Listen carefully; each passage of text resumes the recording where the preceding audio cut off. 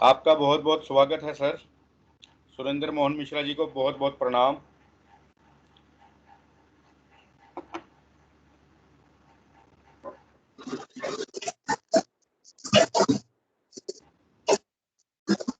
Suprabhatam ma'am.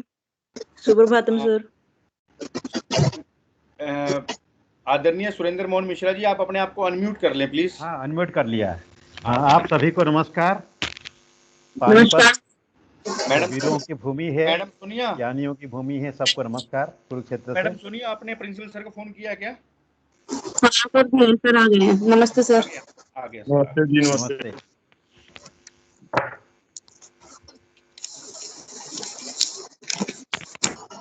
Good morning to all. Good morning Surendra Mohan Mishra ji. Good morning to all. महाविद्यालय के प्राचार्य doctor Ajay Kumar Garg ji, webinar में आए सभी विद्वत मंडल, विद्यार्थीगण एवं सभी प्रतिभागियों का इस एक दिवसीय राष्ट्रीय वेबिनार में हार्दिक स्वागत है। आप सभी के साथ इस वेबिनार के माध्यम से जुड़कर मुझे बहुत आनंद की अनुभूति हो रही है और एक श्लोक पुनः पुनः मेरे मस्तिष्क पटल में आ रहा है कि काव्य शास्त्र विनोदेन कालो गच्छति धीमताम व्यसनेन च मूर्खाणाम निद्रया कलहेन वा। वास्तव में ही आप सभी लोग विद्वत जन हैं जो इस प्रकार की गोष्ठी में प्रतिभागी बने हैं। कार्यक्रम को आगे बढ़ाते हुए, अधिक विलंब ना करते हुए, मैं आपका परिचय हमारे मुख्य वक्ता डॉक्टर सुरेंद्र मोहन मिश्र जी से कराना चाहूंगी। कहते हैं कि वो खुद ही नाप लेते हैं बुलंदियां आसमानों की, परिंदों को कोई तालीम दी नहीं जाती उड़ानों की। महकना और महकाना तो काम है खुशबू का, खुशबू नहीं मोहताज होती कदरदानों की। इसी प्रकार की हस्ती डॉक्टर सुरेंद्र मोहन मिश्र जी। ये जितने बड़े विद्वान हैं उतने ही सरल इनका स्वभाव भी है। इस वेबिनार में मैं डॉक्टर सुरेंद्र मोहन मिश्र जी का स्वागत करती हूँ। हरिओम महोदय, दूरवाणी महोदय ध्वनि न गच्छति।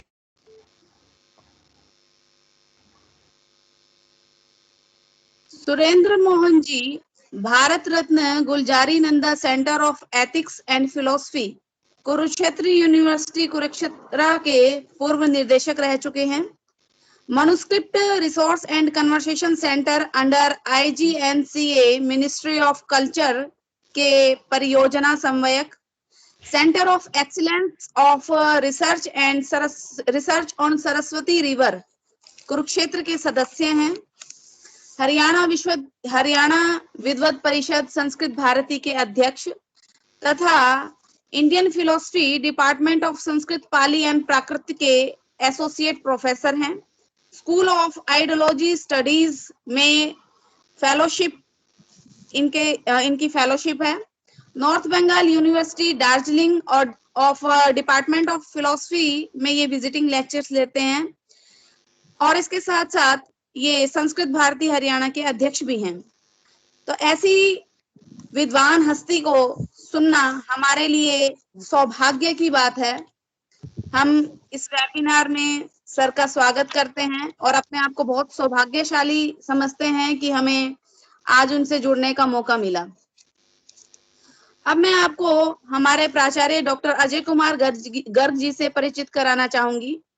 कहते हैं अवसाद निराशा रंजोगम अहम का रूप लिए फिरता है, अपने सर पर सारे जग का दुख संताप लिए फिरता है।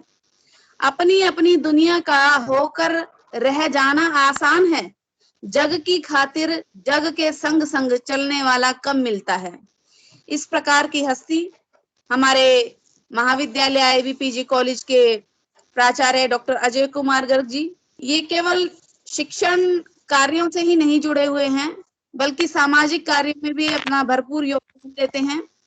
मैं हमारे महाविद्यालय के प्राचार्य डॉक्टर अजय कुमार गर्ग जी को आमंत्रित करती हूँ कि वे अपने वक्तव्य से हमारे मुख्य अतिथि जी का स्वागत करें तथा हमें कार्यक्रम को प्रारंभ करने की अनुमति दें। प्राचार्य जी। जी धन्यवाद professor Sonia. Good morning, ladies and gentlemen. It is a matter of immense pleasure for me that Department of Sanskrit has organized a webinar on a very important topic, Vartaman Samaj or Sanskrit. To know and understand the importance of Sanskrit language, such kind of webinars are crucial. I have been told that more than 150 delegates from all over India are participating, attending today's webinar. I welcome you all in this today's webinar organized by Sanskrit Department of IBPG College, Panipat. I also welcome and thank Dr. Surinder Mohan Mishra ji, who agreed to spare time from his busy schedule and will deliver today's lecture. While going through his resume, I found he is a person of national repute and worked in many important positions in not only in Kurukshetra University Kurukshetra but also with Government of India. I again welcome you, sir. I am sure that today's webinar will be very useful and will be a great success. I congratulate the organizing team of my college, Professor Sonia, Professor Sukhjinder, Professor Vinay Bharti, and Professor Ashwini Gupta for taking this initiative. If I talk about my college, IB College Panipat is a premier co-educational institute, started its journey in 1967 with the sole aim of providing value-based quality education. We are successfully running PG courses like MA Hindi, MA English, MCom, MSc Mathematics, UG courses, BA with almost all the subjects like Hindi, English, Sanskrit, political science, history, marketing, economics, mathematics, home science, functional English, music instrumental, music vocal, science courses, BSc non-medical, medical, computer science, biotechnology, BCom honors, and job-oriented courses like BCA, BBA, BSc biotechnology. To make these undergraduate courses more useful, many certificate courses like soft skill development, Tally, Python, artificial intelligence are also offered to the students. The students are excelling in academics, securing more than 50 university position every year. Also, they are doing wonders in cultural activities, NCC, NSS, sports, etc. The whole staff of the college, under the able guidance of the college management, deserves credit for these achievements. The world is facing the most difficult time and are in the impact of COVID-19. During this rare situation, the role of scientists, doctors, technocrats can't be ignored. Science, I believe, is the backbone of the society. And during this difficult time, India has developed two vaccines. We already know Covaxin and Covishield, and these are provided not only to Indian citizens, but also to the people abroad. We believe in Sarve Bhavantu Sukhine, Sarve Santu Niramaya. India has provided the vaccines to all the needy countries, and that is the motto of our Hinduism, our social and our spiritual culture. हम सब की मदद करते हैं, तो हमें इस Covid के टाइम में थोड़ा बचकर चलना है. हमें वो जो प्रिकॉशंस हैं कोविड-19 की वो लेकर चलना है, और उसके साथ साथ जो हमारी एकेडमिक एक्टिविटीज हैं, नो डाउट हम मिल नहीं सकते, तो इसीलिए ये ऑनलाइन वेबिनार आयोजित किए जाते हैं. कुछ सिखाकर ये दौर भी गुजर जाएगा, कुछ सिखाकर ये दौर भी गुजर जाएगा, फिर से हर इंसान मुस्कुराएगा. निराश न होना दोस्तों, कल आज है और आज कल हो जाएगा. At last, I again warmly welcome today's speaker, Professor Surendra Mohan Mishra ji, delegates from all over country and faculty members, and I hope this webinar will really meet its objective. And now, most humbly, I invite today's speaker, Dr. Surendra Mohan Mishra ji, for his talk. Dr. Mishra, please.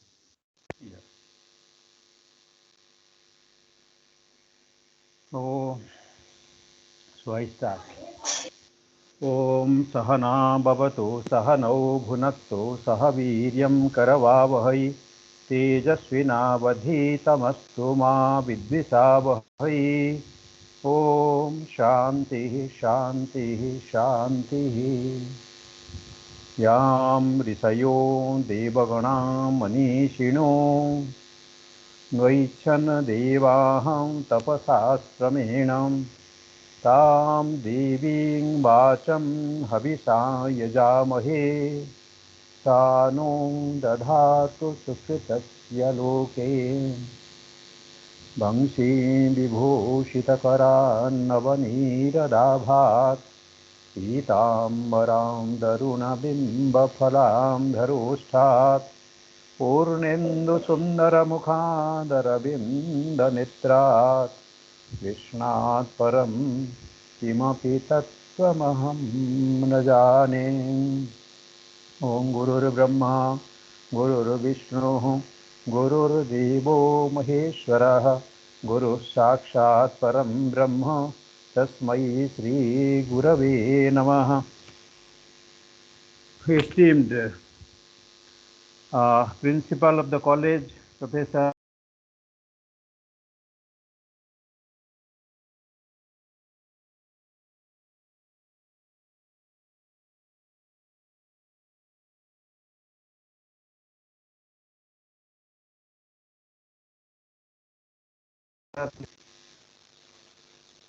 I'm sorry, there was a phone call.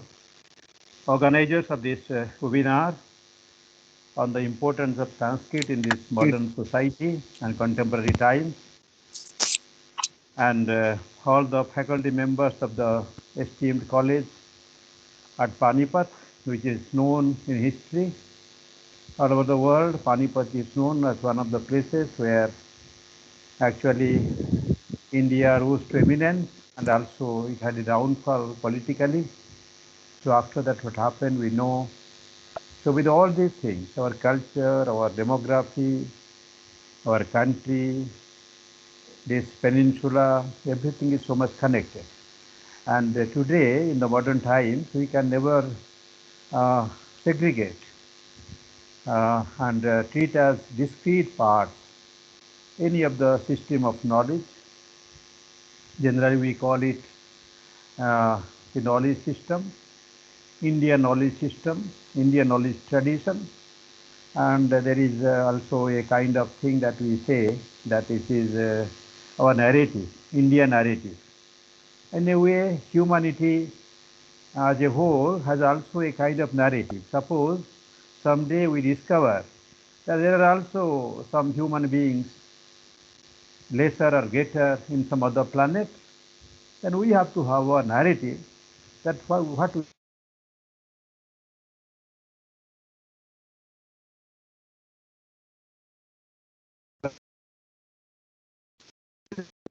things.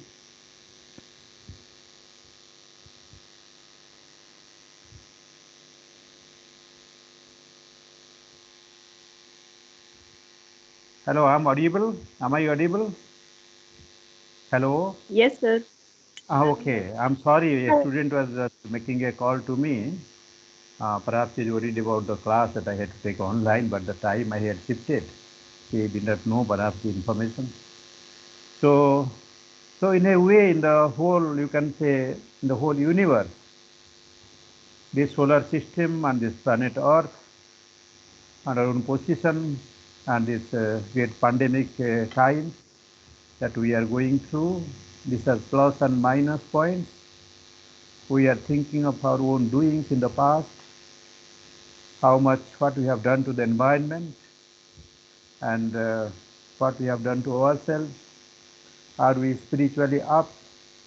If this immunity syndrome, what kind of immunity we have as a society, as a country, and it's very good that we could develop at a very short time 2 vaccines at Hyderabad and Pune, and this Covaxin and Covishield, and we have also donated a large amount to the world, to many countries, as the principal was pointing out.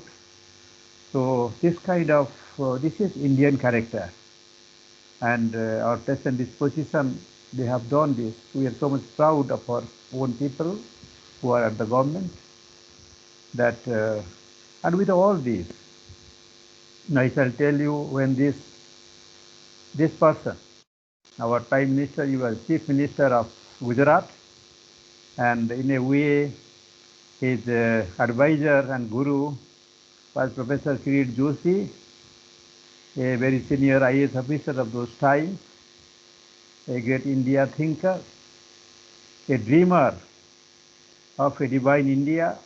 He was with him, and I had occasion to meet Kirit Joshi in Pondicherry Sri Aurobindo Ashram, and Sri Aurobindo Ashram was a place where Sanskrit was sometimes put in the nursery to grow further, and how to have that kind of divine life, as one of the magnum opus of Sri Aurobindo points to us. So that life divine under Savitri, and what Savitri tells us, all these esoteric facts about life. There are also esoteric sides to this corona pandemic, that people are also developing that, what Charaka says, what Sushruta says, whether this is a kind of our moral failure, ethical failure over the past years globally, that this pandemic has come. It is either man-made or not man-made, whatever it is. So we have to have all kinds of thinking. No doubt, science is our backbone. My son also keeps reminding me every time that he had a call to me, that science is the backbone, and it's good that he did science in his childhood. So I was a man of science only up to class 11th.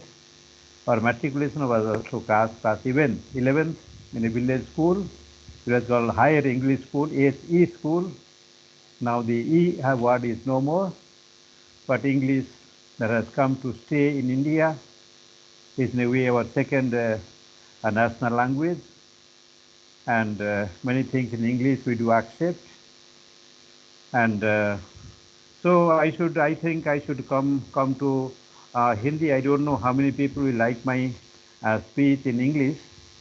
So Hindi is mostly understood in North India and mostly in India, everywhere, also in many foreign countries. So let us discuss something.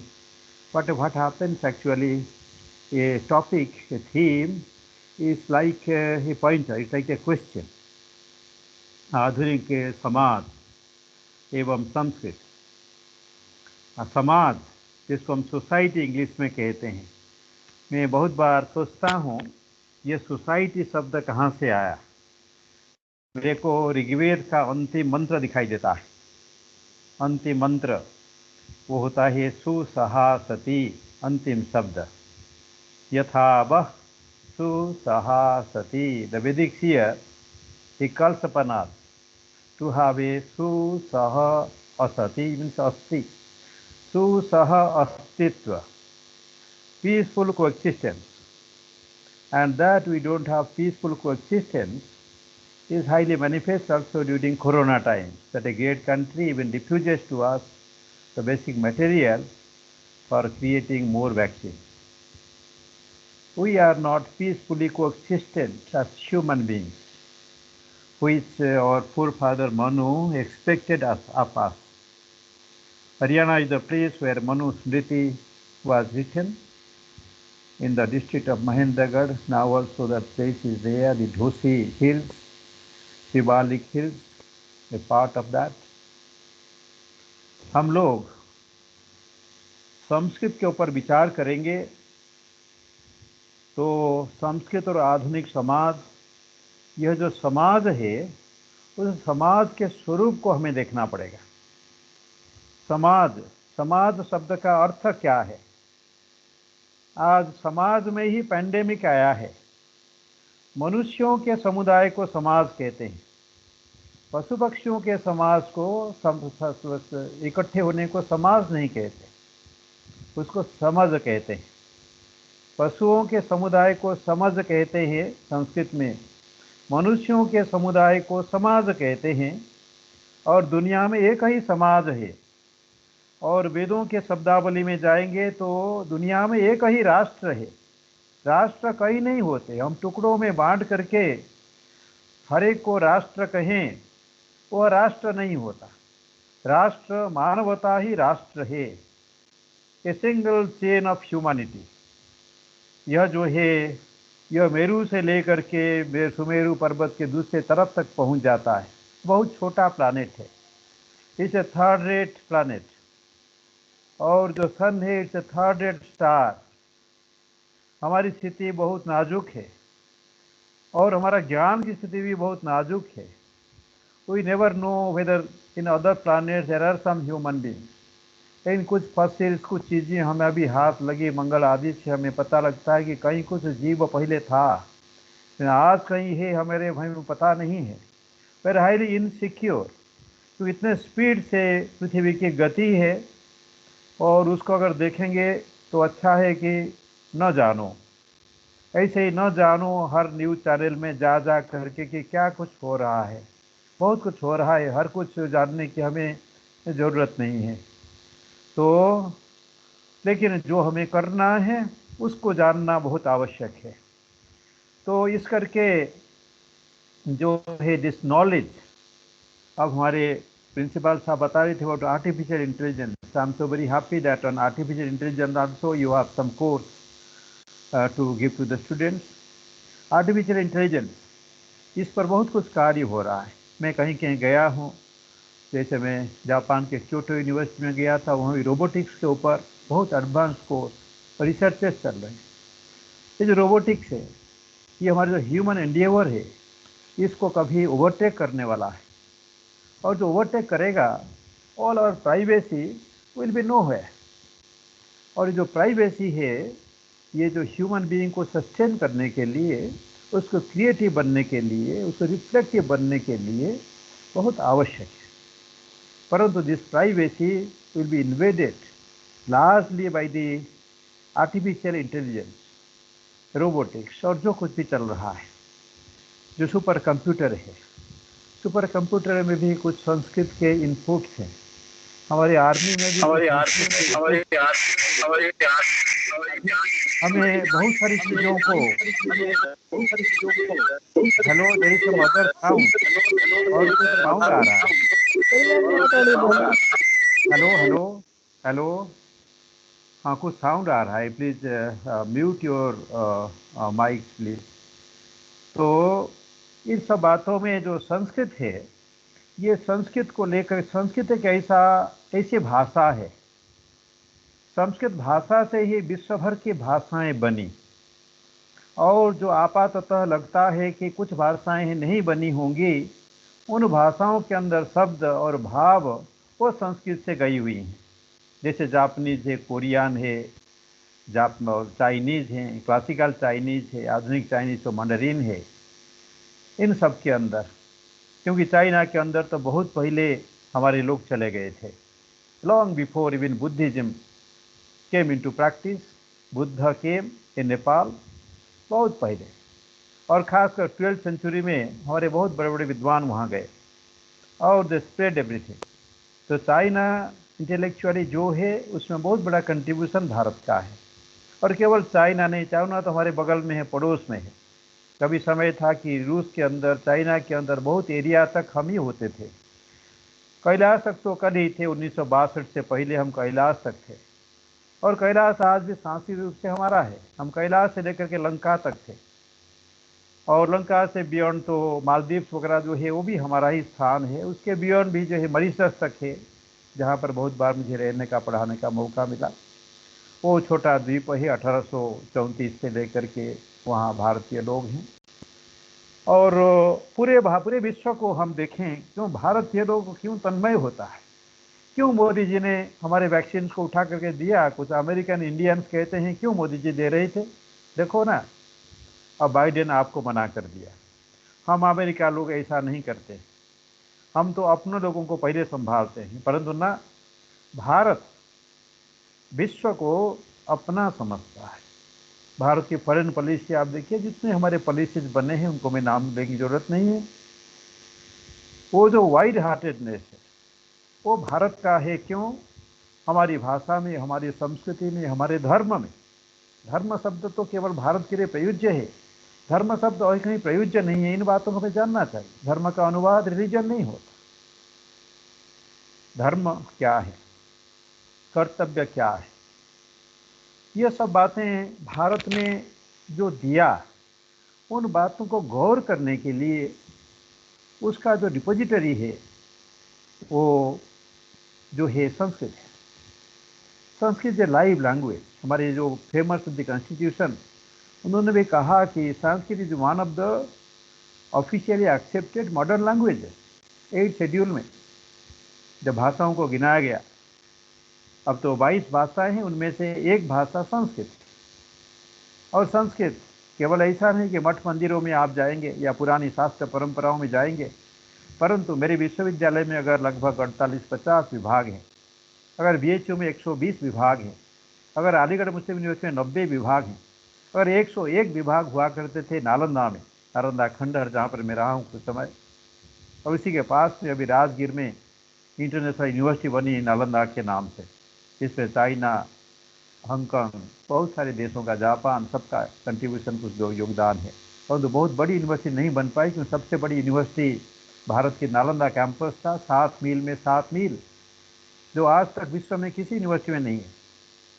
अभी तो हमारा BHU जो है second largest campus है, और first जो campus है largest, सबसे लार्जेस्ट, वो स्टैनफोर्ड है, USA में है। हमें बहुत सारी बातों में प्राचीन को लेकर के गर्व करने की बात है, और आधुनिक समय को लेकर भी बहुत सारी बातों में गर्व करने की बात है कि हमारे 1/3 जो टेक्निकल जो मैन पावर है वो विश्व में वो भारतीय मनीषा है। भारतीय मनीषा कहते ही हमें भारतीय ज्ञान परंपरा यह सामने आ जाती है, इंडियन नॉलेज ट्रेडिशन। तो इंडियन नॉलेज ट्रेडिशन जो है, it is basically Sanskrit knowledge tradition.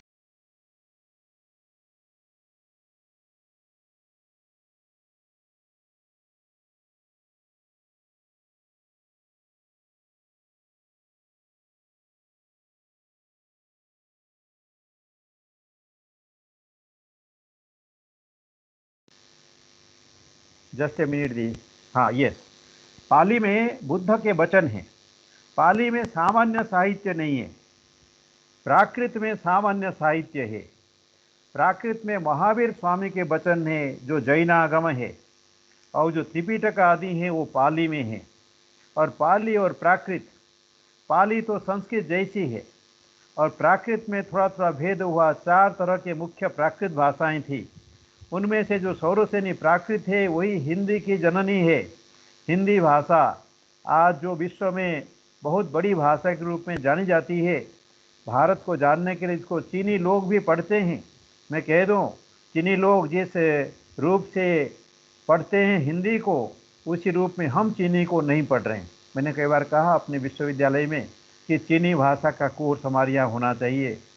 जिसको आप शत्रु समझो, मित्र समझो, उसके भाषा को जानना बहुत आवश्यक है। और संस्कृत को क्यों जानना चाहते थे हमारे लोग, यानी जो विदेश से यहाँ पर आए। 1784 sir William Jones, Calcutta capital Bharat का, कलकत्ता के हाई कोर्ट के chief justice sir William Jones, वो आए। उन्होंने देखा, सत्यनिष्ठ कुछ अपने हिसाब से थे, उन्होंने देखा कि हिंदुओं के ऊपर मैं जो राय दे रहा हूँ वो सही नहीं है, क्योंकि मैं हिंदुइज्म जानता नहीं, मैं हिंदुओं को कैसे जानूं। लोगों ने कहा कि आप मनुस्मृति को जानो तो हिंदुइज्म को जानोगे, मनुस्मृति को कैसे जानूं ना, आप संस्कृत जानो तो मनुस्मृति को जानोगे। वो जा करके कलकत्ता के पंडितों के पास में संस्कृत भाषा को सीखे, फिर मनुस्मृति को पढ़े। मनुस्मृति का प्रथम अंग्रेजी अनुवाद सर विलियम जोन्स ने किया, और मनुस्मृति के आधार पर उन्होंने जो हाई कोर्ट है वहाँ पर जजमेंट देते थे। उन्होंने 1784 में स्थापना की Royal Asiatic Society of Bengal, और उसके कुछ समय के बाद में Royal Asiatic Society of Bombay, जो आज एशियाटिक सोसाइटी कलकत्ता और एशियाटिक सोसाइटी मुंबई के नाम से जाना जाता है। तो उसके माध्यम से संस्कृत के बेहतर जानकारी लिंग्विस्टिकली जो है, फोनेटिकली और वर्ल्ड लैंग्वेजेस के साथ में कंपैरेटिवली जो कॉग्निट लैंग्वेजेस हैं, they made a comparison of all the languages and they came to know that most of the all of the European languages they are simply products of Sanskrit. Queen's English A to Z, it's a product of Sanskrit. A to Z is 26 letters, and previously in Italian 22 letters. They are product of our own scripts. हमारे ये जो अ से लेके ह तक 50 scripts हैं, और फोनिम्स हैं 64 या 63, जिसको पाणिनि अपने शिक्षा में वर्णन करते हैं। वहीं से हमसे लिपियाँ ली, हमसे भाषाओं को लिया, हमसे न्यूमरल्स को लिया। जिस न्यूमरल्स को अरबी लोग लिए वो कहते हैं हिंजा, यानी हिंद से आए हुए न्यूमरल्स। अरब से, अरब मिडलैंड होता है, अरब से लिया जो है पाश्चात्य जगत ने, उसको उन्होंने अरबिक न्यूमरल्स कहा। वो जब अंग्रेजी भाषा के माध्यम से हमारे यहाँ पर गणित के रूप में आया, मैथमेटिक्स के रूप में, हमने उनको भी अरबिक न्यूमरल्स कहा। यह शर्म की बात है, क्योंकि हमने स्वयं को संस्कृत दिया नहीं। आज जिस प्रमाण में विदेश भी अपने को संस्कृत दे रहा है, आज जिस प्रमाण में विदेश भी अपने को वेदों को दे रहा है, उस प्रमाण में भारत, आधुनिक भारत, प्राचीन भारत तो दे रहा है। प्राचीन भारत गांव में बसा हुआ है, धर्म स्थानों में बसा हुआ है, मठ मंदिरों में बसा हुआ है। पर जो आधुनिक भारत, वह क्योंकि प्रजातंत्र हो गया, राम तो स्मरण के विषय रहे, युधिष्ठिर तो स्मरण के विषय रहे, प्रजातंत्र यह मततंत्र है। हमारे लोग, हमारे नेता लोग कितना अच्छे होने पर भी जो बहुत अच्छा विषय वो एकदम करने में समर्थ नहीं होते। कितनी मुश्किल से कश्मीर के बारे में, अयोध्या के बारे में कुछ किया गया, बहुत सोच समझ के, बहुत सोच समझ। तो इस प्रकार संस्कृत के बारे में स्थिति बनी हुई है। आज जो स्थिति है, नर्सरी से लेकर के ग्रेजुएशन तक हम 2 भाषाओं को पढ़ते हैं, एक अंग्रेजी, एक मातृभाषा। पहले मैंने अंग्रेजी का नाम क्यों लिया? यूनिफॉर्मली, यूनिवर्सली पूरे भारत के अंदर यह पढ़ाया जाता है, परंतु एक मातृभाषा उसको दूसरे स्थान में मैंने क्यों रखा? वो जहाँ जो मातृभाषा वहाँ वही मातृभाषा पढ़ाई जाती है। वह बटी हुई है 21 भागों में। 22वीं भाषा संस्कृत है, उसको हम 3 साल या 5 साल बड़े मुश्किल से पढ़ाते हैं। वो पढ़ाने का भी कोई स्तर नहीं है, पढ़ने का कोई स्तर नहीं है, और उसको हम एक अलंकार मानते हैं। जैसे हमें अत्यंत श्रद्धा न हो कि मृत्यु के बाद में पिता पितामह है या नहीं, परंतु उनका श्राद्ध नहीं करेंगे तो हमें पड़ोसी क्या कहेंगे, अतः हम श्राद्ध करते हैं। उस दिन छुट्टी लेके ऑफिस से आते हैं, श्राद्ध करते हैं। उसी प्रकार संस्कृत के प्रति जो बर्ताव, उससे हमारी सांस्कृतिक जानकारी, न्यू एजुकेशन पॉलिसी, आप पूरी स्टेटमेंट को पढ़ लीजिए। बहुत प्रसिद्ध लोग उसमें रहे। जो संस्कृत कमीशन की रिपोर्ट है उसको भी देखिए, उसमें बड़े प्रसिद्ध लोग रहे। एक नाम लूँगा, जो चेयरमैन थे हमारे, जो पहले इलेक्शन कमिश्नर थे, वो संस्कृत के व्यक्ति नहीं है, लेकिन संस्कृत व्यक्तियों से भी अच्छे हैं संस्कृत में। तो जो कर्नाटका के हैं, मैं नाम भूल रहा हूँ। तो ये जो स्थिति है, हमने स्वयं को अपनी चीज़ों को दिलाने के लिए बहुत कठिनता का इसका सामना कर रहे हैं। तो संस्कृत की उत्पत्ति कब हुई? संस्कृत की उत्पत्ति नहीं हुई ऐसा हमारा मीमांसा शास्त्र कहता है, व्याकरण शास्त्र कहता है। जो वेद हैं ये नित्य हैं ऐसा माना जाता है, एक अपौरुष है यह, यानी एक द वर्ड इज इटर्नल। हमारे यहाँ से लिया जेरनसन, जो इंग्लिश के लोग होंगे समझेंगे कि word within a word, unable to express the word, swaddle in darkness. ये भारतीय शब्द मनीषा से गया हुआ है। हमारे यहाँ से क्या कुछ गया। कई महाकवि चसर के पास में पहुँचा जब अंग्रेजी भाषा पैदा ही नहीं हुई थी। अंग्रेजी भाषा तब पैदा हुई जब हिंदी भाषा भी पैदा हुई, वही 16वीं सदी। उससे पहले एंग्लो सैक्सन, फिर धीरे धीरे शेक्सपियर के बाद में उसको इंग्लिश नाम मिला, फिर वो इंग्लिश अभी फैल गया चारों तरफ। आज भी जो आयरिश लोग हैं, स्वीडिश लोग हैं, वो इंग्लैंड के खिलाफ में लड़ते हैं कि हमारी मातृभाषा अलग है, हमारी मातृभाषा को दबोचा गया, दबा दिया गया। हम स्वीडिश हैं, हम आयरिश हैं, हम इंग्लिश नहीं है। हमें भी ब्रिटिश आयरिश में हमें भी इंग्लिश समझा जाता है, जो गलत है। परंतु ये सभी जो भेद होते हैं, जितने बच्चों के अंदर भेद हैं, वो बच्चों का भेद कब दूर होता है? जब माँ पहुँच जाती है, पिता पहुँच जाता है।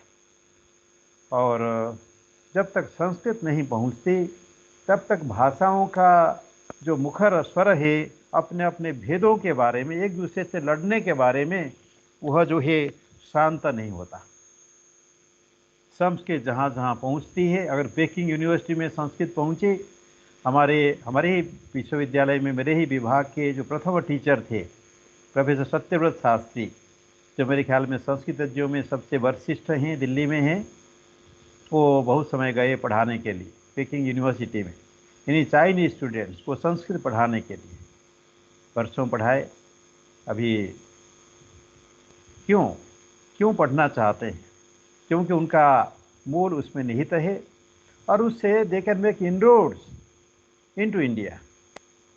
भारत केवल ऐसा नहीं कि वो पोर्चुगल और जो है पोर्तुगीज, फ्रेंच और ब्रिटिश पीपल लोग हमारे ऊपर आंख रखते थे, या जो अफ़गानिस्तान और वहाँ से लोग जो आए उन्होंने आंख रखे हमारे ऊपर, टर्की से आदि आदि से। आज भी पूरे विश्व की आंखें भारत पर है। केवल इसलिए नहीं कि Bharat one of the largest markets to purchase their commodities, to outsource their production units, ताकि पोल्यूशन यहाँ हो वहाँ पोल्यूशन ना हो, उनको सामान मिल जाए। परंतु कैसे धीरे धीरे आज भी, चाहे वो आर्टिफिशियल इंटेलिजेंस हो, आर्टिफिशियल इंटेलिजेंस के समय में भी they want us to own us, हमें समाप्त कर दें। They want to digest us, हमारे सामान को लेकर के उसको दूसरे नाम से, जैसे आपका पाई का थियोरी रहा, जैसे न्यूमरल्स की बात मैंने कही, ऐसे बहुत सारी बातें आयुर्वेद के हैं जो जाकर के चाइनीज सिस्टम के अंदर, चाइनीज मेडिसिन सिस्टम के अंदर डाइजेस्ट हो गई। क्योंकि बेसिकली हमारे यहाँ से तो सांख्य दर्शन गया था। सांख्य दर्शन से प्रकृति है, सत्व रजस तमस गुण है, वात पित्त कफ, वो तीनों हैं। और जिसके ऊपर पूरा आयुर्वेद शास्त्र प्रतिष्ठित है। Ayurveda one of the Upavedas of the Vedas. 4 उपवेद हैं। एक आयुर्वेद है जो अथर्ववेद से आता है, एक धनुर्वेद है जो यजुर्वेद से आता है, एक गंधर्व वेद है संगीत शास्त्र का, नृत्य शास्त्र का, जो कि सामवेद से आता है, और जो है ये एक अर्थवेद है जो ऋग्वेद से आता है। हाउ टू डू पॉलिटी, कैसे पॉलिटी करेंगे। दुनिया के अंदर जितना कुछ है, भारत के अंदर भी जितना कुछ है, किसी एक गांव 6,68,000 गांव हैं भारत में, किसी एक के गांव के अंदर जितना संपदा है वो कम नहीं है उस गांव के लोगों के लिए। उसको इक्विटेबली दे देना यज्ञ दान और तप के माध्यम से, यही तो हमारी संस्कृति है। उस संस्कृति के न होने से जितने इकोनॉमिक थ्योरीज आए, जो है कहाँ से लेकर के ना अल्फ्रेड मार्शल, जिसको नालंदा का पुट था, जिसके ऊपर जिसने वेलफेयर इकोनॉमिक्स के सिद्धांत दिया, उससे पहले कौन था, जॉन स्मिथ, क्या मैं नाम भूल रहा हूँ, जो कहता था वर्शिप द मामन, कुबेर पूजा इकोनॉमिक्स है। परंतु धीरे धीरे इकोनॉमिक्स वहाँ से आके वैदिक economics, if we speak of वैदिक इकोनॉमिक्स, गीता इकोनॉमिक्स, पुराणिक इकोनॉमिक्स, और उससे एक एक देश संतुलित हो जाएगा। और ऐसा संतुलित हो जाएगा देशों के अंदर भेद नहीं रहेगा। देश शब्द भी एक संस्कृत का शब्द है। पाकिस्तान देश नहीं है, भारत देश है। ये धर्मशास्त्र कहता है। कौन से लैंडमार्क्स होते हैं एक एरिया को देश कहने के लिए, उसमें पाकिस्तान नहीं आता।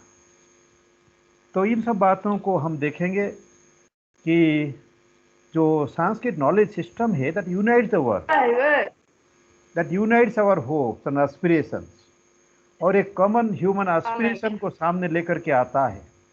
वेदों में जब हम प्रार्थना करते हैं, सबके लिए प्रार्थना करते हैं, ना माने हमारे लिए, वह आप सबको। ऋषि कहता है वह, हम कहते हैं ना हमारे लिए, सबके लिए।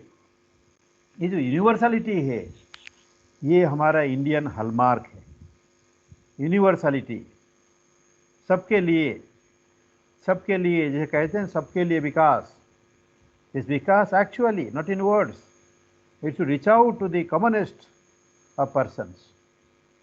हर किसी गांव के ग्राम सभा को देखना है कि गांव के अंदर कोई भिखारी तो नहीं है, गांव के अंदर कोई ड्रॉप आउट तो नहीं है, गांव के अंदर किसी को अछूत तो नहीं माना जा रहा है, गांव के अंदर सारे पढ़े लिखे तो हैं, सारे धर्म में रहते हैं, भाई भाई के अंदर विवाद तो नहीं है, गांव का कोई केस तो कचहरी में नहीं है, या पुलिस के पास में कोई मुकदमा तो नहीं गया है।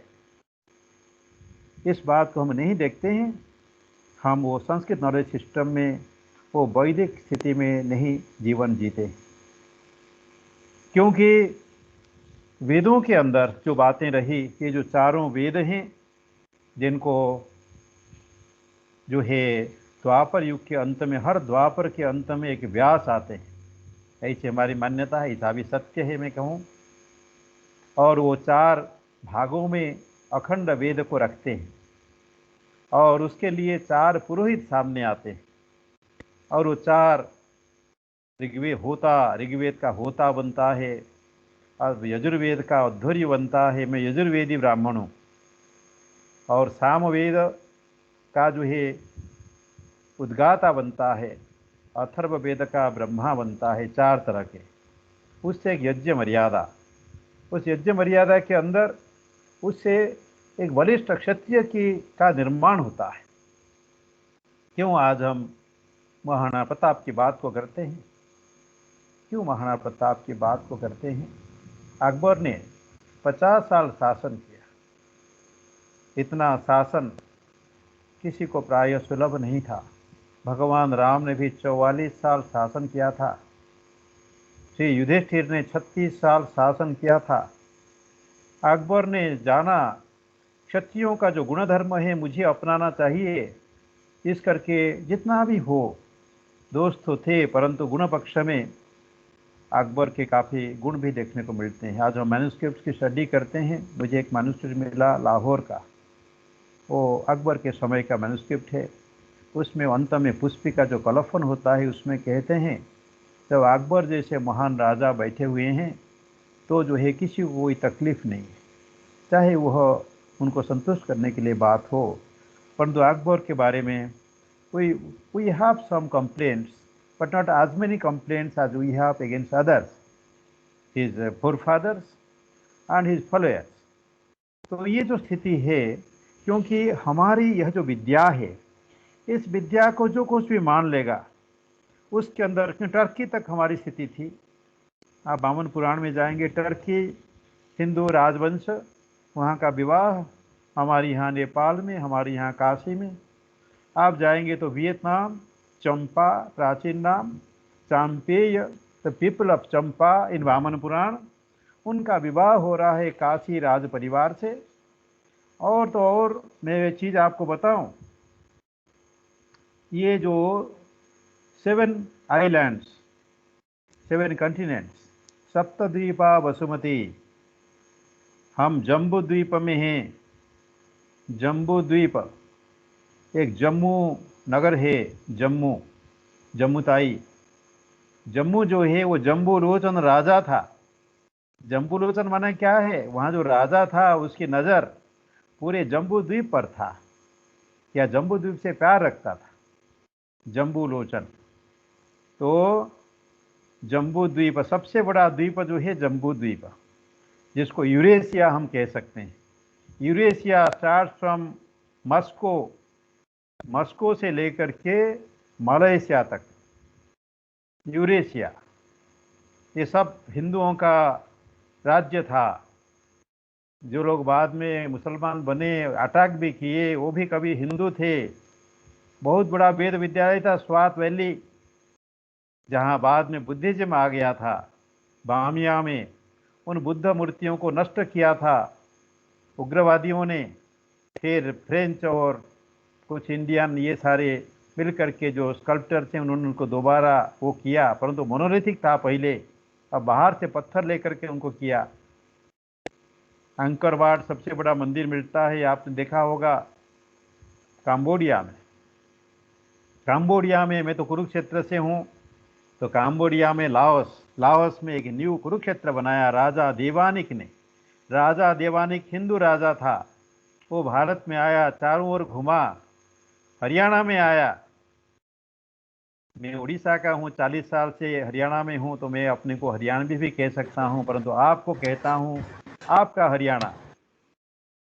यहाँ कुरुक्षेत्र देखा, कुरुक्षेत्र मैंने 48 कोस कुरुक्षेत्र, यह थानेसर शहर नहीं। और कहा कि मेरे देश में सब कुछ है, कुरुक्षेत्र नहीं है। वो गया वापिस, जाके एक न्यू कुरुक्षेत्र का निर्माण किया। वहाँ पर एक संस्कृत श्लोकों में शिलालेख रखा। उस श्लोक में वो लिखता है कि अगर कुरुक्षेत्र की हवा से एक धूल कण भी किसी के सिर के ऊपर पड़ जाए, उसके सारे पाप ताप धुल जाते हैं। यह जहाँ की महिमा है। तो ये जम्बू द्वीप जिसको हम यूरेशिया कहते हैं, उसी के अंदर एशिया, उसके अंदर साउथ एशिया, उसके अंदर साउथ ईस्ट एशिया, और साउथ ईस्ट एशिया के अंदर हम इंडिया हैं। और ये सिकुड़ा हुआ छोटा सा छिन्न मस्ता भारत माता, छिन्न मस्ता है, इसका सिर ऊपर रह गया है, दोनों बाजुएं कट गए हैं, इस प्रकार की माँ है। इस पर बहुत गर्व करने की बात नहीं है, हमें अपने कर्तृत्व पर शर्म करने की बात है। इस करके जब भी पंडिचेरी में सी माँ होती थी, मीरा अल्फासा, श्री अरविंद की शिष्या, उसी तपस्या को आगे बढ़ाने वाली, पेरिस फ्रांस से आई थी। वो ब्रिटिश टाइम हमारे यहाँ था, वहाँ पर फ्रेंच गवर्नेंस था। वहाँ बैठ करके अखंड भारत के चित्र के नीचे सुबह शाम प्रार्थना करती थी, और ब्रिटिश खुफिया लोग वहाँ पहुँच करके जानना चाहते थे कि ये क्यों जो है ये जो अनडिवाइडेड यानी जो ग्रेटर इंडिया है उसके नीचे क्यों बैठती। उन्होंने कहा कि मैं इसी इंडिया को इंडिया मानती हूँ, इसलिए श्री अरविंद और श्री माँ हमेशा अखंड भारत के लिए उनका स्वप्न रहा। कालिदास लिखते हैं पुस्तक द ग्रेटर इंडिया। वो जो ग्रेटर इंडिया है, उसी ग्रेटर इंडिया के एक साउथ वेस्ट पहाड़ से ही तो आक्रांत आए थे। बाबर आदि बनकर के। जो कन्वर्ट्स होते हैं कितने भयानक होते हैं, और कन्वर्ट्स को तो वर्ल्ड ओवर जितने वर्ल्ड में लोग, ये ग्रीस से स्टार्ट करके जापान तक और जहां ऊपर तक आप पहुंचेंगे, सबको संस्कृत याद दिलाती है एक अमूल के होने की, और कोई भाषा कोई संस्कृति याद नहीं दिला सकती। अतः पूरे वर्ल्ड के लिए संस्कृत चाहिए। क्यों ना ये जो सप्तद्वीपा वसुमती द 7 कॉन्टिनेंट्स, हम जम्बू द्वीप हैं, तो जो ऑस्ट्रेलिया है वो सालमली द्वीप है, ऑस्ट्रेलिया सालमली द्वीप है। जो अफ्रीका है कॉन्टिनेंट, वो जो है क्राउंच द्वीप है। जो ये ब्रिटिश आइल्स हैं, ये त्रिनिदाद आदि, ये सब जो हैं ये कुश द्वीप है। जो साउथ अमेरिका वो ब्लक्ष द्वीप है, तो नॉर्थ अमेरिका वो पुष्कर द्वीप है, और साक द्वीप है जो अंटार्कटिका। अंटार्कटिका का भी हमें पता था, शायद 1969 वगैरह में साइंस को पता लगा।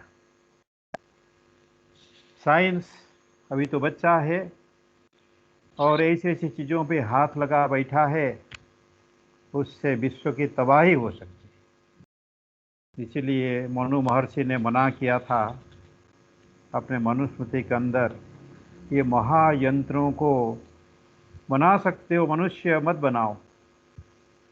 महायंत्रों को बना लोगे मुश्किल पड़ जाएगा। मनुष्य को मनुष्य के रूप में, विवेकानंद भी कहते थे, हम तो हर कुछ कर लिए, मछली की तरह पानी के अंदर चले जाते हैं, चिड़िए की तरह आसमान में उड़ जाते हैं। 1905 से हम उड़ रहे हैं आसमान में। 1900 में बना था, राइट ब्रदर्स ने बनाया था। उससे पहले भी हमारे पास विमान विद्या थी, आज उस पर बड़ा कार्य हो रहा है। शायद they are better flying machine, उनके ऊपर 100 तरह के फ्लाइंग मशीन एक ही संस्कृत ग्रंथ में मिल गए, जिसके ऊपर NIC हैदराबाद में, नेशनल इंफॉर्मेटिक्स सेंटर, वहाँ बहुत सारे लोग मिल कर के उन्होंने शोध किया।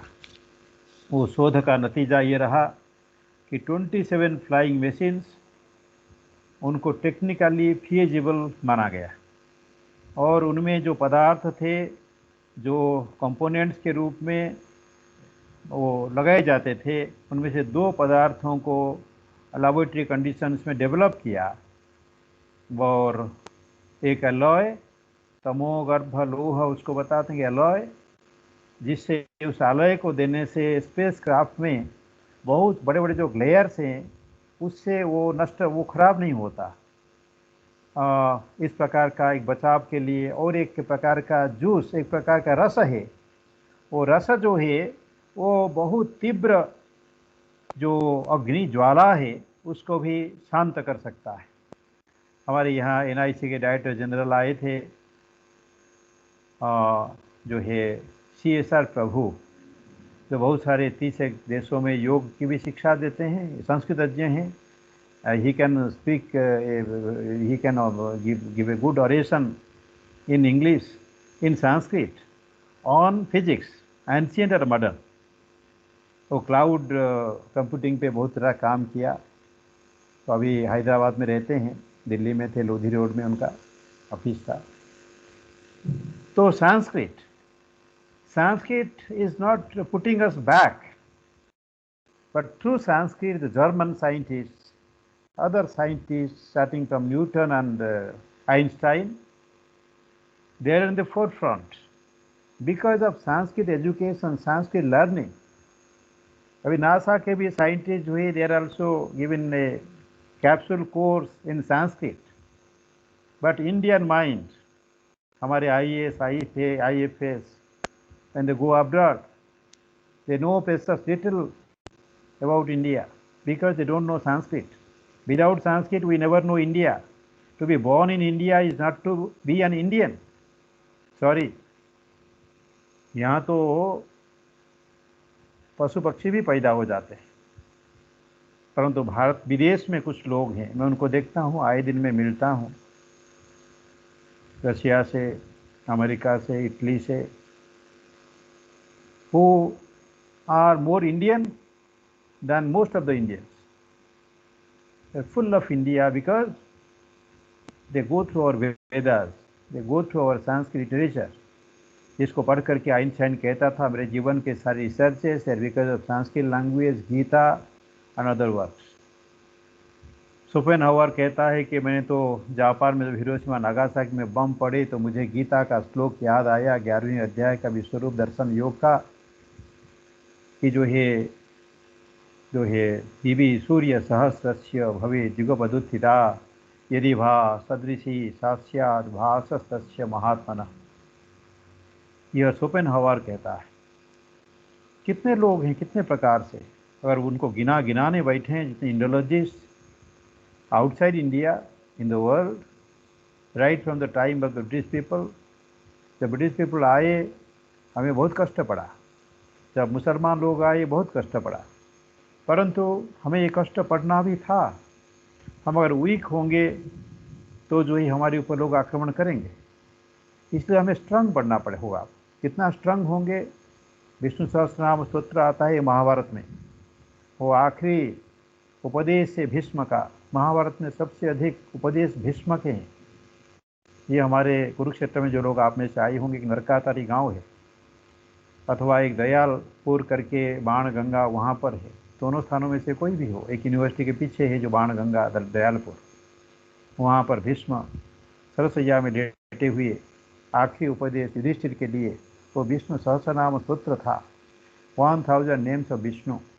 मैं एक बार किसी एयरपोर्ट में देख रहा था, वहाँ पर एक पुस्तक थी, उस पुस्तक में जो मैनेजर होता है, मैनेजमेंट, आपके यहाँ भी मैनेजमेंट के लोग होंगे, एक मैनेजर जो है, how he has to have 1000 characteristics, 1000 characteristics. Last characteristics manager का क्या है? If you don't work you will be fired, hire and fire. आपको आपके टेबल पे मिल जाएगा आपका लिफाफा, आज तक का वेतन। You simply leave this organisation, your service is no more needed. तो वो 1000वां नाम है विष्णु का, वो है सर्वप्रहरणायुध। पहला है विश्व, विश्व माने the whole universe.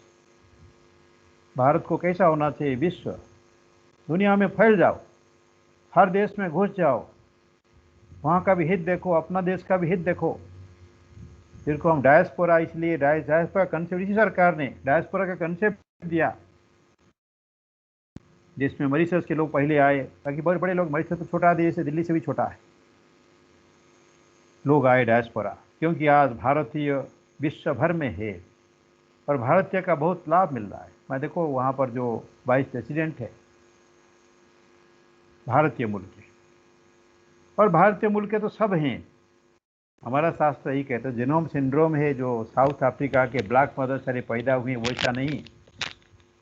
Humanity came out of India, spread 30,000 years back. ये एस्टोनिया यूनिवर्सिटी में रिसर्च हो रहा है, हमारे इंटरनेशनल सरस्वती जो यहाँ पर सेमिनार हुआ था, जो मैं वहाँ पर एक सदस्य हूँ, तो हम लोगों ने जो किया उसमें वो आए थे, बता रहे थे कि how from this Afghanistan side etcetera 30,000 years ago our people migrated. So the western people, they don't have any history beyond that. उससे भी कम वो जानते हैं।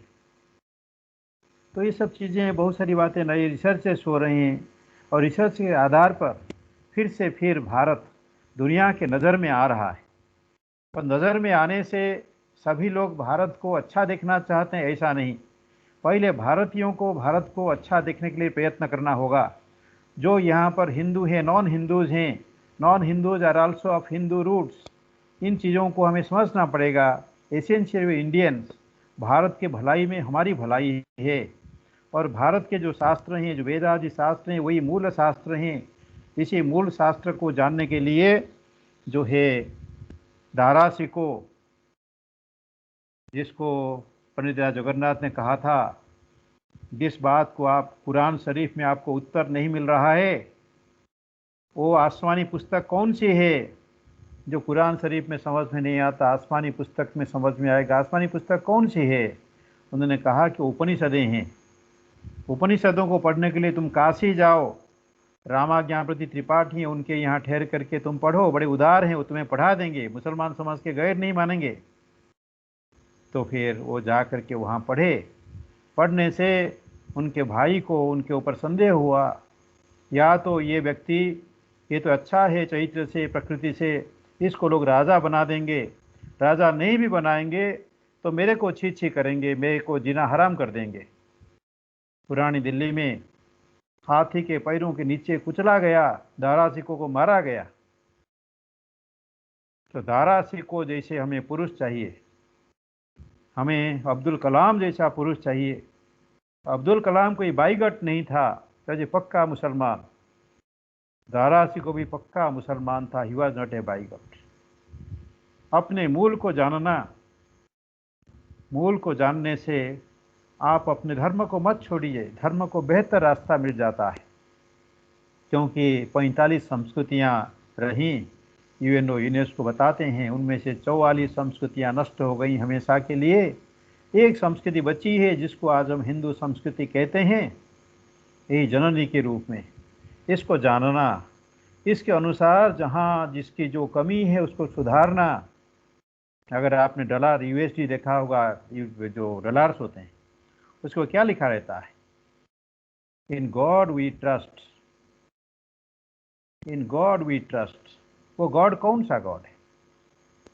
वो गॉड ऐसा है जो निराकार है और सगुण है। गॉड को समझने का ये एक तरीका है, इस करके तहस नहस हो गया। ऐसे ही गॉड को अल्लाह मान के समझते हैं।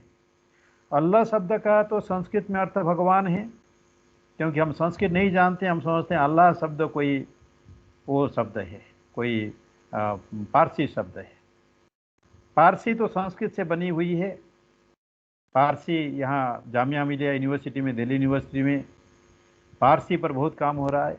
पारसी हमारी भाषा है। एक समय में पारसी के अंदर गीता के इतने अनुवाद थे जो हिंदी में नहीं थे। हिंदी भाषा तब ग्रो कर रही थी, अब हिंदी भाषा काफ़ी समृद्ध हो गई है, परंतु हमें संस्कृत को वापस लाना होगा। हमें हिंदी और अंग्रेजी के बीच में संस्कृत को रखना होगा, और संस्कृत रहने से हिंदी एनरिच होगी। आज हिंदी मात्र हिंदी जानने वाले लोग सही हिंदी नहीं जानते, बार बार पुर्तगाली शब्द और पारसी शब्द और शब्द उसके अंदर घुसाते हैं, फ्रेंच शब्द, अंग्रेजी शब्द। परंतु संस्कृत आने से हिंदी आदि सब भाषाएं एनरिच्ड हो जाएंगी। और इंग्लिश अगर किसी से शर्म करती है, आंखें छुपाती है, वो अंग्रेजी है, क्योंकि अंग्रेजी से ग्रहण किया है, संस्कृत से ग्रहण किया है अंग्रेजी ने सब कुछ। और संस्कृत जितना साहित्य संस्कृत से अनुवाद होकर अंग्रेजी में गया, उसको माइनस कर दीजिए, अंग्रेजी will be the same poorer language. अंग्रेजी भाषा और जीन पैंट, ये वर्किंग क्लास की भाषा, वर्किंग क्लास का ड्रेस है। जब हम लोगों ने जीन पहना तो जीन को सम्मान मिला। जब हम लोग अंग्रेजी का व्यवहार किए, शेक्सपियर आदि आए, उसके बाद में आए महाकवि लोग, उससे उसका मान बढ़ा। और मान बढ़ा के ऐसे ना सोर्सेस, एक बॉय आता है, वो बॉय कहाँ आता है? ना मिडसमर नाइट्स ड्रीम में। वो बॉय जो है वो यहाँ की कथा को लेकर के सर्व करता है ब्रिटिश साइड्स में।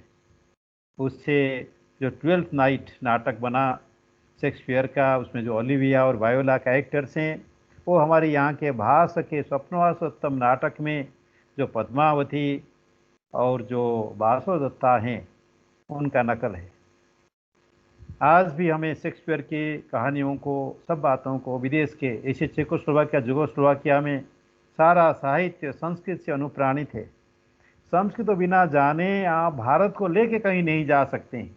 आप एक मनुष्य हैं, और हमारा जो बच्चा नर्सरी से लेकर के ग्रेजुएशन तक संस्कृत इंग्लिश को पढ़ता है और हमेशा अपनी मातृभाषा को कमज़ोर मानता है, एडल्ट हो के हमेशा अंग्रेजी के ही सोर्सेस को प्रामाणिक मानता है, उस बच्चे के सामने आप भारत की बात नहीं कर सकते। बहुत कठिन पड़ता है। मैं भी कभी कभी अपने बच्चों के सामने हारता हुआ सा महसूस करता हूँ। क्यों ना उसको संस्कृत में दे ही नहीं पाया जैसे मेरे पिताजी ने मुझे दिया था। मेरे गुरुओं ने मुझे दिया था।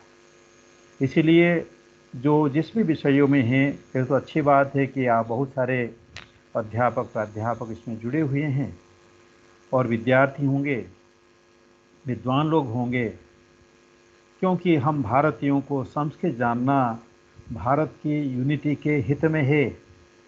मैं एक बात कह करके इसको समाप्त करूंगा, समय हो रहा है, क्योंकि इस पर तो मैं शाम तक भी बोल सकता हूँ।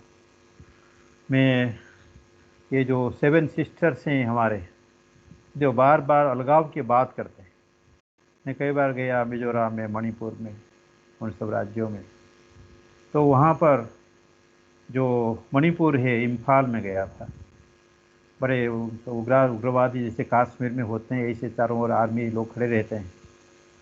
वहाँ पर कुछ लोग आए, मैं देखा बड़े संदिग्ध से हैं मेरे व्याख्यान में, और वहाँ पर आकर के वो काला काला बिंदी लगा रखे हैं सिर में और बैठे इकट्ठे, ये वो मेरे को प्रश्न करना शुरू कर दिए। तो मैंने जाना कि वो जो मितेई लिपि है, मितेई स्क्रिप्ट है, उस मितेई स्क्रिप्ट को वो जो है मानते हैं नॉन इंडियन स्क्रिप्ट। तो फिर मैंने उनको बताया, मैंने कहा आपके यहाँ जो मितेई स्क्रिप्ट है उसमें 51 लेटर्स हैं, हमारे यहाँ तंत्र आगमों में 50 लेटर्स हैं। वही 50 अक्षरों से, 50 वर्णों से शारदा माँ सरस्वती का शरीर वर्णित है। 50 अक्षरों को आप लिख दीजिए क्रम से, माँ शारदा का शरीर बन जाएगा। आपका यहाँ म और य के बीच में जो एक लेटर एक्स्ट्रा है, जो 51वां है, वो टोनेशन के फर्क से है। और आपके हर अक्षर के ऊपर जो एक सर्पेंटाइन हुड है, एक फण जैसा है, वो चाइनीज इम्पैक्ट है। चाइनीज इम्पैक्ट नहीं, वो नाग इम्पैक्ट है। और नाग बहुत बड़ा हमारे यहाँ वो कौम था, जिन नागों को दिल्ली से खांडव वन से हटाया गया था। वो लोग जो है नॉर्थ ईस्ट में चले गए थे। उन नागों का चिन्ह होता था वर्णों के ऊपर फण के रूप में एक रेखा जो है। तो फिर उनको मैं बड़े मुश्किल से शांत कर पाया, परंतु उसी अलगाव के आधार पर हमारी लिपि अलग है, हमारी भाषा अलग है, हम जो है आनुवंशिक रूप से अलग हैं, अतः भारत से हमें अलग होना चाहिए। इसी प्रकार भावना मिजोरम में है। तो मैं क्या कहूँ, संस्कृत के ऊपर तो मैं आया ही नहीं था। संस्कृत में जो शास्त्र हैं, मैंने 4 वेदों की बात बताई थी और 4 उपवेदों की बात बताई थी, और 6 दर्शन होते हैं जो उपांग होते हैं, और 6 अंग होते हैं।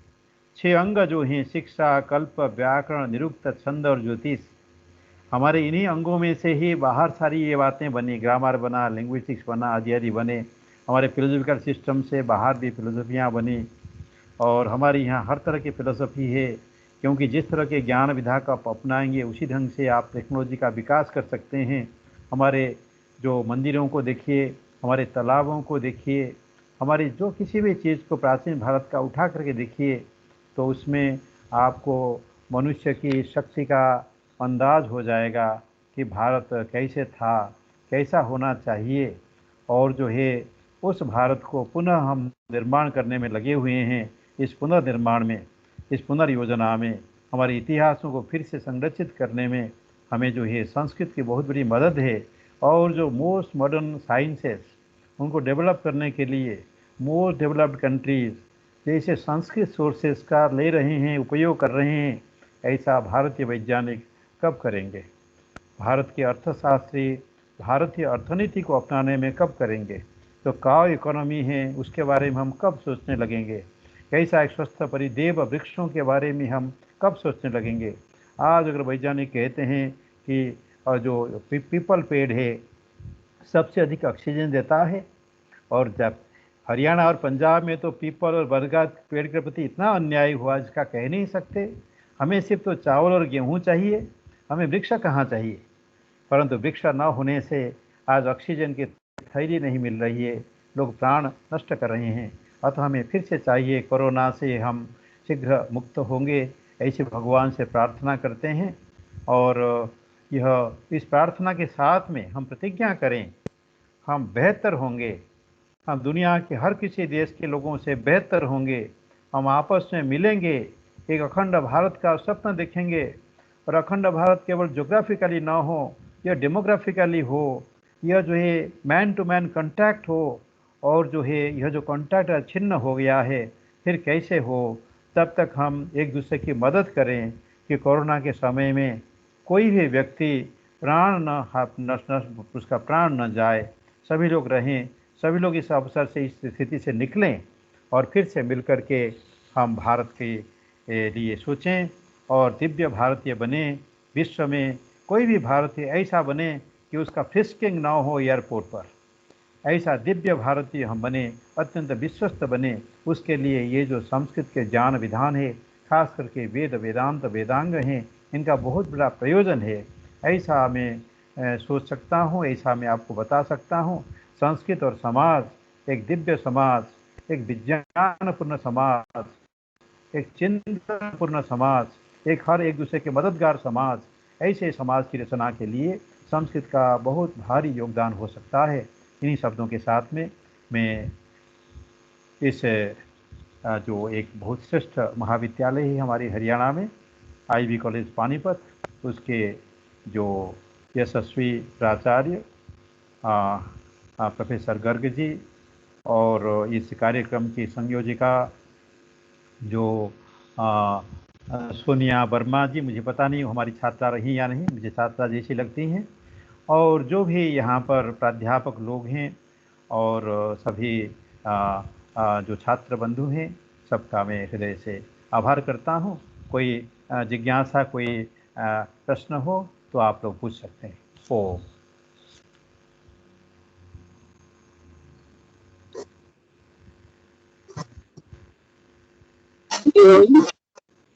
किसी का कोई प्रश्न है तो आप सर से पूछ सकते हैं। No ma'am, thank you so much sir. Sir आपको नो सुनकर मैम। बहुत अच्छा लगा, आपने बहुत अच्छी अच्छी बातें बताई संस्कृत के बारे में, और इतना हमें जानकारी नहीं था। इतना आपको बताने के लिए बहुत बहुत धन्यवाद। Thank you.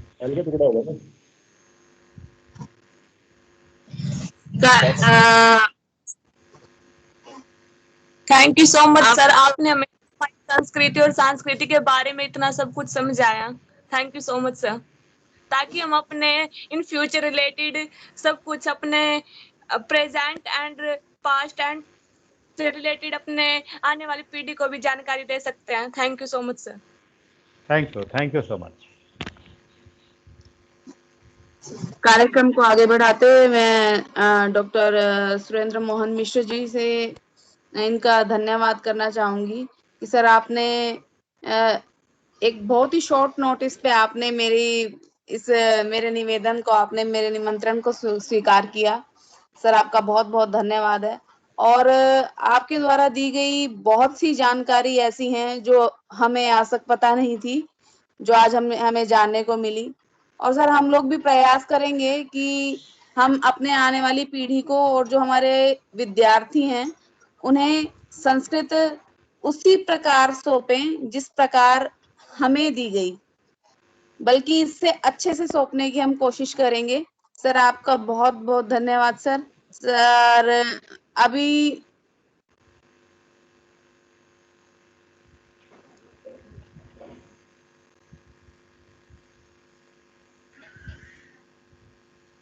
सोनिया मैम, मैं 1 मिनट ले लूं बीच में? जी सर जी। सर्वप्रथम तो मैं डॉक्टर साहब का बहुत बहुत धन्यवाद करना चाहता हूं। जैसा कि मैम सोनिया ने बताया, बहुत शॉर्ट नोटिस पे आपने हमारी रिक्वेस्ट को स्वीकार किया और एक बहुत ही इंफॉर्मेटिव टॉक आपने दी। और साथ में मैं एक बात और शेयर करना चाहता हूं, प्रोफेसर सोनिया जैसी जो जिम्मेदार हमारे पास प्राध्यापिका हैं, आपकी तबीयत ठीक ना होते हुए भी आपने इस कार्यक्रम को स्थगित नहीं किया। मेरे को मालूम है कि आपकी तबीयत ठीक नहीं है, लेकिन आपने कहा कि सर कोई बात नहीं, हमने कार्यक्रम निश्चित किया हुआ है, कार्यक्रम हम करेंगे। तो मैं सोनिया जी को पुनः बधाई देता हूं और परमात्मा से प्रार्थना करता हूं कि आप शीघ्र स्वास्थ्य लाभ प्राप्त करें। और सभी जिन भी साथियों ने इस कार्यक्रम को अटेंड किया है, इस गोष्ठी को अटेंड किया है, निश्चित रूप पर वो लाभान्वित हुए होंगे। सभी का बहुत बहुत धन्यवाद। तो सोनिया मैम, आप प्लीज कंटिन्यू करें। जी thank you sir, thank you sir. सभी प्रतिभागियों से निवेदन है कि ग्रुप में हम लोगों ने फीडबैक फॉर्म डाल दिया है, उसे फिल कर दीजिए ताकि आपको सर्टिफिकेट मिल सके। अब अभी बंद ना करें प्लीज, एक बार वीडियो ऑन करवा लें सोनिया मैम सबका, ताकि हम एक फोटो जी। क्लिक कर सके जो न्यूज़पेपर में जाएगी। सबका वीडियो, सबसे रिक्वेस्ट कर लें एक बार कि वीडियो आप अपना ऑन कर लें। जी सर जी, सभी प्रतिभागियों से निवेदन है कि वो अपना अपना वीडियो ऑन कर लें। और आप कोई फोटो क्लिक कर लें अब, तो ताकि ये मीडिया में भेजी जा सके click.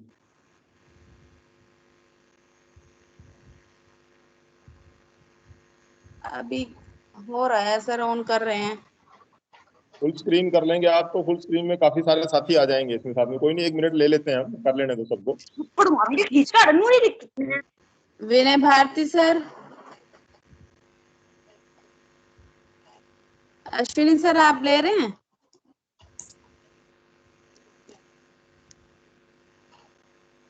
Ashwini sir, Ashwini sir. हाँ हाँ मैं ले रहा हूँ प्लीज एक मिनट जस्ट होल्ड। ठीक है सर, ठीक है।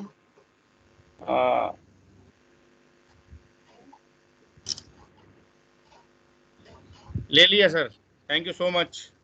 ठीक है सर। Thank you. अभी सभी कल्याण मंत्र के साथ वेबिनार का समापन करेंगे। सर्वे भवन्तु सुखिनः, सर्वे सन्तु निरामयाः, सर्वे भद्राणि पश्यन्तु, मा कश्चित् अभाग् भवेत्। ॐ शान्तिः।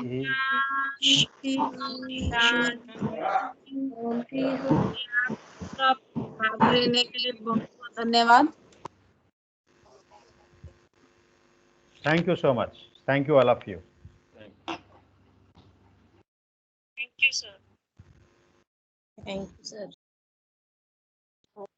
शांति शांति शांति।